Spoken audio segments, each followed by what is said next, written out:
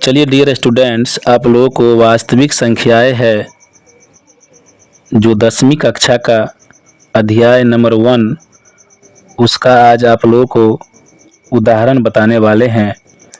जो पहला उदाहरण है 4052 और 12576 का HCF यानी मौसा ज्ञात करने के लिए बोल रहा है यूक्लिड विभाजन एल्गोरिथम विधि का प्रयोग करके। देखिए डियर, जो आपका यूक्लिड विभाजन एल्गोरिथम विधि है ये मोस्ट इम्पोर्टेंट है, क्योंकि इससे बोर्ड एग्जाम में एक क्वेश्चन आपको यहाँ से यूक्लिड विभाजन एल्गोरिथम से रहता ही है। HCF ज्ञात करने के लिए या LCM ज्ञात करने के लिए कम से कम 2 संख्या का होना जरूरी है। ओके, और यूक्लिड विभाजन एल्गोरिथम का प्रयोग हम लोग सिर्फ और सिर्फ HCF ज्ञात करने के लिए यानी मौसा ज्ञात करने के लिए करते हैं।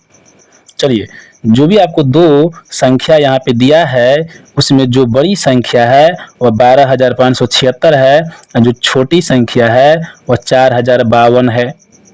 तो जो छोटी संख्या होगा वह आपका भाजक हो जाएगा, जो बड़ी संख्या है वह आपका भाज हो जाएगा। तो चलिए, आप लोगों को क्या करना है, 4052 को 3 से मल्टीपल करना है तो आपको कितना आ जाएगा बताइए। तो 12156 आएगा, जिसमें घटाने पर आपको शेष फल 420 होगा। आपको क्या करना है, यहाँ पे देखिए जो क्रिया यहाँ पे हम लोग किए हैं ना उसी को हम लोग को लिखना है। यहाँ पे देखिए क्या लिखना है, यूक्लिड विभाजन एल्गोरिथम विधि से। आप लोग को ये जो भाज है तो भाज्य बराबर भाजक गुने भागफल, भाजक गुने भागफल प्लस में शेषफल किए हैं। यहाँ पे शेषफल तो 0 नहीं आया है, तो शेषफल अगर 0 नहीं आया है तो यहाँ पे लिखेंगे R नॉट इक्वल टू 0। जो आपका शेषफल था वह आपका भाजक हो गया, जो आपका भाजक था वह आपका भाज हो गया है। फिर 420 को 9 से मल्टीपल किए हैं तो आपको 3780 आया है। यहाँ पे घटाने पर आपको 272 आएगा शेषफल। और फिर जो क्रिया की है यहाँ पे उसको फिर लिख दीजिए आप। जो भाज्य है 4052, देखो जो भाज्य बराबर भाजक 420 गुने भागफल 9 और शेषफल 272, जहाँ पे शेषफल 0 नहीं आया है तो आपको वहीं लिखें R not equal to 0। Okay, फिर क्या करेंगे, जो आपको शेषफल बच गया 272, जो शेषफल आपको बच गया है 272 उसको हम लोग क्या करेंगे, भाजक बना देंगे। जो पहले आपका भाजक था वह आपको भाज हो जाएगा। 420 में 272 से लगाएंगे, 272 को अगर 1 से लगाएंगे तो 272 आएगा, जिसमें से घटाने पर आपको 148 बचेगा। ये भी क्रिया आपको लिख देना। यहाँ पे 420 में लगाया है ना, तो 420 बराबर 272 गुने 1 प्लस में शेषफल, जहाँ पे लिखना है आपको R not equal to 0। R not equal to 0 क्यों लिखे हैं, क्योंकि यहाँ पे शेषफल 0 नहीं है इसीलिए। ओके, सब वही प्रक्रिया की है यहाँ पे। चलिए, फिर 148 से लगाएंगे 272 में तो यहाँ पे 1 हो जाएगा। 1 से लगाएंगे तो आपको कितना बचेगा बताइए। तो 12 में से 8 जाएगा तो आपको 4 बचेगा यहाँ पे, और ये आपका हो गया 6। 6 में से 4 गया तो आपको 2 बचेगा यहाँ पे, और यहाँ पे 2 में से 1 गया तो 1 बचेगा। यही क्रिया को आपको फिर लिखना पड़ेगा। भाज है आपका 272, तो भाज बराबर भाजक गुने भागफल प्लस में शेषफल R नॉट इक्वल टू 0। जो आपका शेषफल बचा है वही आपका हो जाएगा भाजक, जो पहले भाजक था वह आपका हो जाएगा भाज्य। और लगाइए 1 से तो 124 ही होगा यहाँ पे, और 8 में से 4 गया तो 4, 4 में से 2 गया तो 2, 1 में से गया तो कट गया। आपको यही क्रिया जो किए हैं यहाँ पे लिख दीजिए। भाज्य बराबर भाजक गुने भागफल प्लस में शेषफल R नॉट इक्वल टू 0।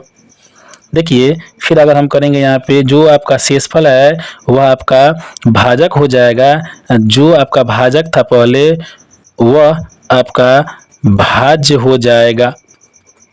यहाँ पे लगाएंगे हम लोग 24 पंचे कितना होता है बताइए तो 24 पंचे होता है आपको 120 होता है। 120 लगाएंगे तो यहाँ पे 4 बचेगा, तो यहाँ पे वही प्रक्रिया आपको लिखना पड़ेगा। 124 बराबर 24 मल्टीपल 5 या प्लस में आपको लिख देना है यहाँ पे 4 या R not equal to 0। Okay, और फिर आपको क्या करना है, जो शेषफल है 4, वो जो शेषफल आपको हो जाएगा भाजक, जो भाजक है वो आपको हो जाएगा भाज 4 छक्के हो गया आपको 24। यहाँ पे आपका शेषफल आ गया 0। तो देखिए यहाँ पे आपको लिखना है 24 इजकल टू 4 गुने 6 प्लस में आपको 0 करना है, आर बराबर 0 कर देना है। तो ये आपको डियर स्टूडेंट्स देखना है जो शेषफल 0 आया है किस भाजक से आ गया है। तो 4 जो भाजक है ना उसी से शेषफल 0 आया है, तो आपको लिख देना है इसीलिए HCF इजकल टू 4। देखिए डियर स्टूडेंट्स, ये जो हम यूक्लिड विभाजन प्रयोग किए हैं, यहाँ पे जो लिखे हैं, यहाँ पे हम एक ही क्रिया का बार बार प्रयोग किए हैं इसमें हम, और एक ही क्रिया को बार बार प्रयोग करते करते हम लोग आंसर तक पहुंच गए। इसी को हम लोग बोलते हैं एल्गोरिथम विधि। ओके डियर, चलिए आप लोग एक बार और समझ लीजिए। देखिए क्या बोला गया है, 40 52 12,576 का HCF ज्ञात करने के लिए बोल रहा है, यानी मौसा ज्ञात करने के लिए बोल रहा है यूक्लिड विभाजन एल्गोरिथम विधि का प्रयोग करके। चलिए देखिए, ये जो 12,576 है ये बड़ी संख्या है, और जो 4,052 है ये आपका छोटी संख्या है। जो छोटी संख्या होगा वह आपका भाजक हो जाएगा, और जो बड़ी संख्या है वह आपका भाज हो जाएगा। अगर भाजक को 3 से मल्टीपल करेंगे तो ये 12,156 आएगा, आपका शेषफल बचेगा 420। यही स्टेप आपको यहाँ पे लिखा दिए हैं, भाज बराबर भाजक गुने भागफल प्लस में शेषफल आर नॉट इक्वल टू 0। फिर किए 420 से लगाए हैं, 9 से लगाए हैं तो आपको 3780 आया है, फिर 272 बच गया आपको। तो यही स्टेप फिर यहाँ पे लिखे हम, और 272 जो आपका शेषफल था वो आपका भाजक हो गया, और जो पहले भाजक था वह आपको भाज हो गया। तो 272 को 1 से किए हैं तो 148 आपको शेषफल बचा है यहाँ पे। फिर वही स्टेप को यहाँ पे लिख दिए हैं, फिर 148 आपका भाजक हो जाएगा, और जो भाजक था पहले भाज हो जाएगा, फिर 1 से लगाएंगे तो 148 आएगा। फिर आपको शेषफल जो आपका शेषफल 124 बचेगा, 124। तो फिर वहीं पे यहाँ पे लिखे step R not equal to 0। फिर आपको 124 को 1 से मल्टीपल करेंगे तो 24 आएगा, 24 से फिर भाग करेंगे 5 मरतबे, 5 से लगाएंगे 24 को, फिर 5 से लगाएंगे तो आपको आ जाएगा शेषफल 4, और शेषफल 4 आ जाएगा। फिर लगाएंगे 24 में 4 छक्के 24 आ गया, शेषफल 0 आ गया। तो यहाँ पे यही स्टेप लिखे हैं, लास्ट वाला स्टेप यहाँ पे 24 बराबर भाजक गुने भागफल, यानी 4 गुने 6 प्लस में शेषफल। तो देखो एक ही क्रिया को हम लोग बार बार किए हैं और आंसर तक पहुंच गए हैं, जिससे शेषफल 0 आ जाएगा। जिस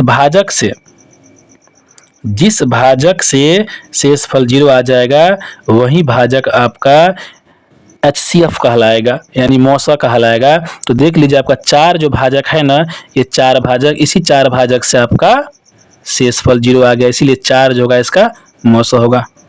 ओके डियर स्टूडेंट्स, जो आपका उदाहरण नंबर 2 है, क्या बोल रहा है, दर्शाइए कि प्रत्येक धनात्मक समपूर्णांक 2q के रूप का होता है तथा प्रत्येक धनात्मक विषम पूर्णांक 2q + 1 के रूप का होता है, जहां q कोई पूर्णांक है।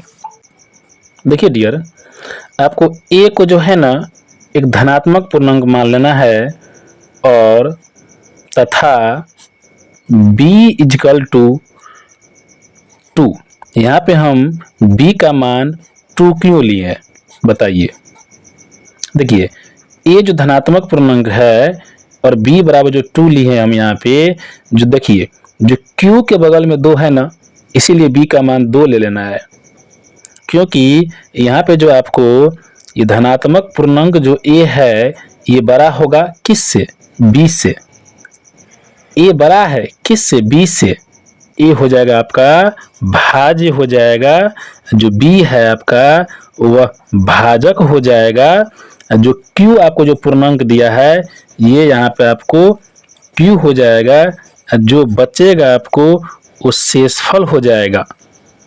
इसीलिए यहाँ पे डियर स्टूडेंट्स आपको ए एक धनात्मक पूर्णांक है और बी बराबर 2 लिए हैं, जो भी क्यू के बगल में होगा वह मान बी का होगा।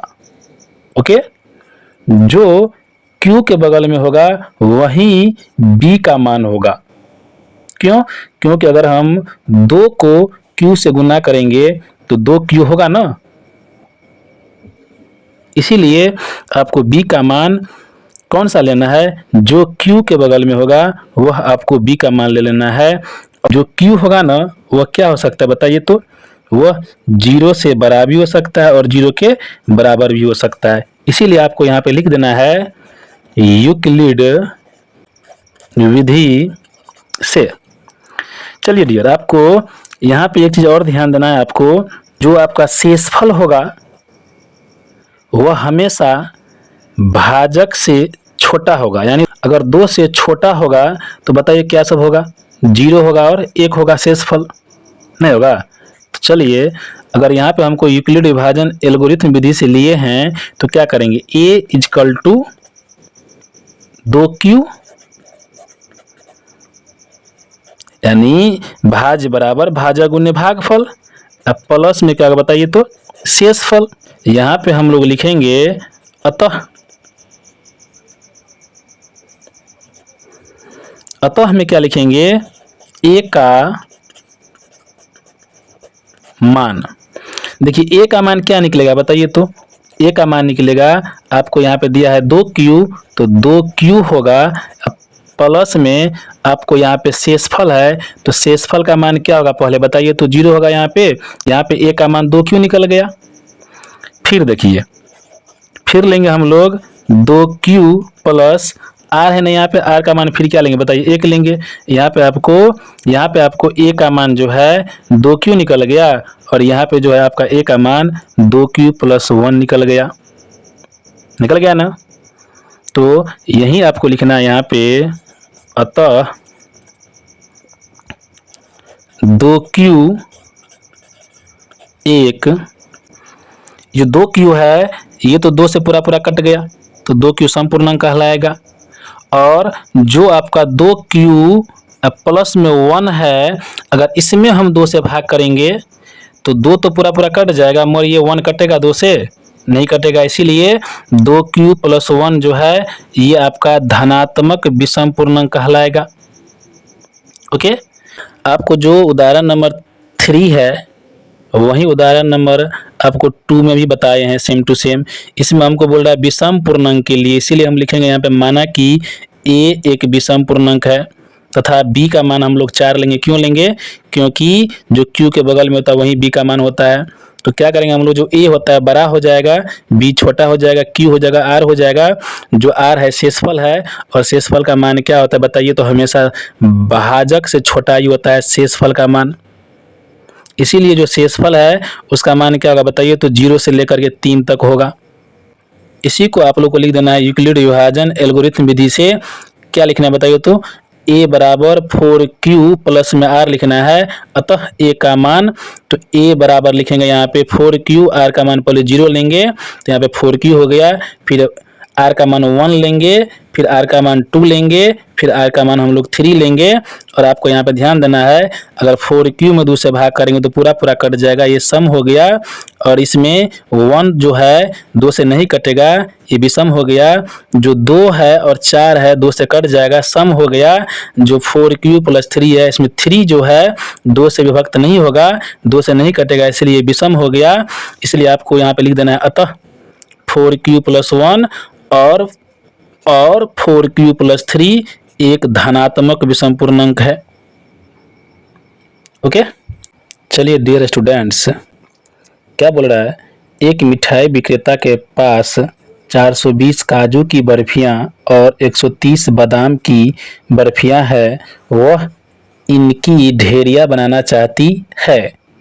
जो मिठाई 420 काजू की बर्फियां हैं और 130 बादाम की बर्फियां हैं, वह इनकी ढेरियां बनाना चाहती है कि प्रत्येक ढेरी में बर्फियों की संख्या समान रहे तथा ये ढेरियां बर्फी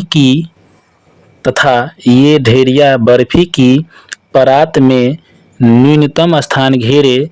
इस काम के लिए प्रत्येक ढेरी में कितनी बर्फियां रखी जा सकती है।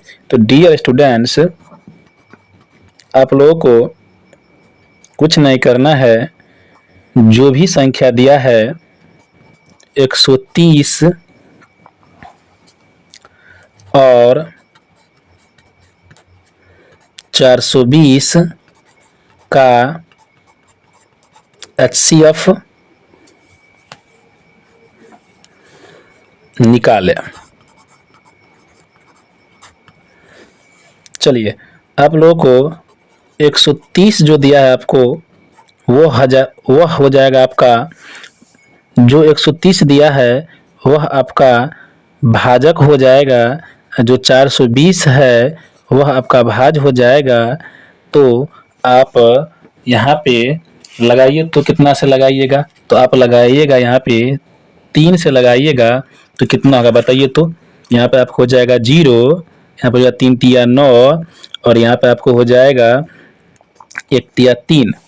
तो आपको यहाँ पे माइनस करना है और निकालिए, तो ये हो जाएगा आपका 0 और ये हो जाएगा 12 में से 9 गया तो 3 और ये आपको कट गया। इसी स्टेप को आपको लिख देना है यहाँ पे, यूक्लिड विभाजन एल्गोरिथ्म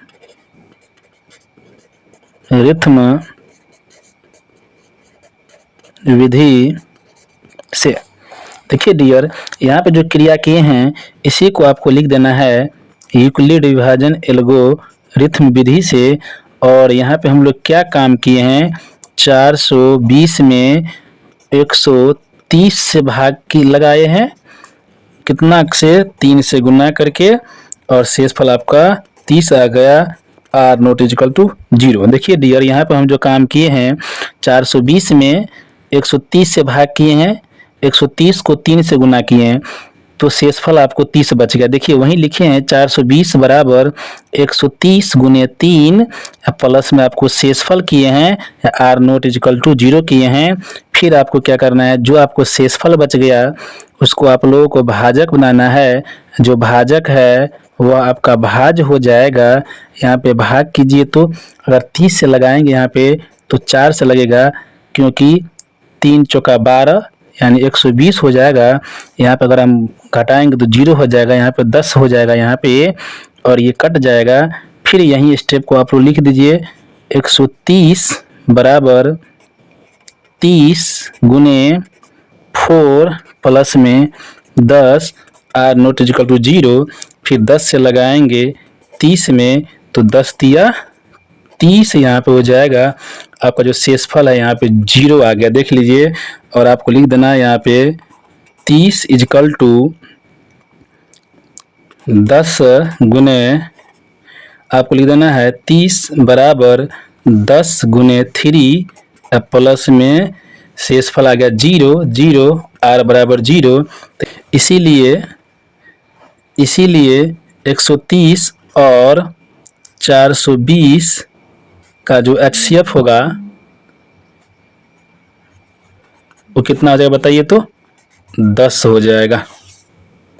ओके, और जो 10 आया है आपको क्वेश्चन में क्या बोल रहा है, प्रत्येक ढेरी में कितनी बर्फियां रखी जा सकती है। तो प्रत्येक ढेरी में 10 बर्फियां रखी जा सकती है। ओके।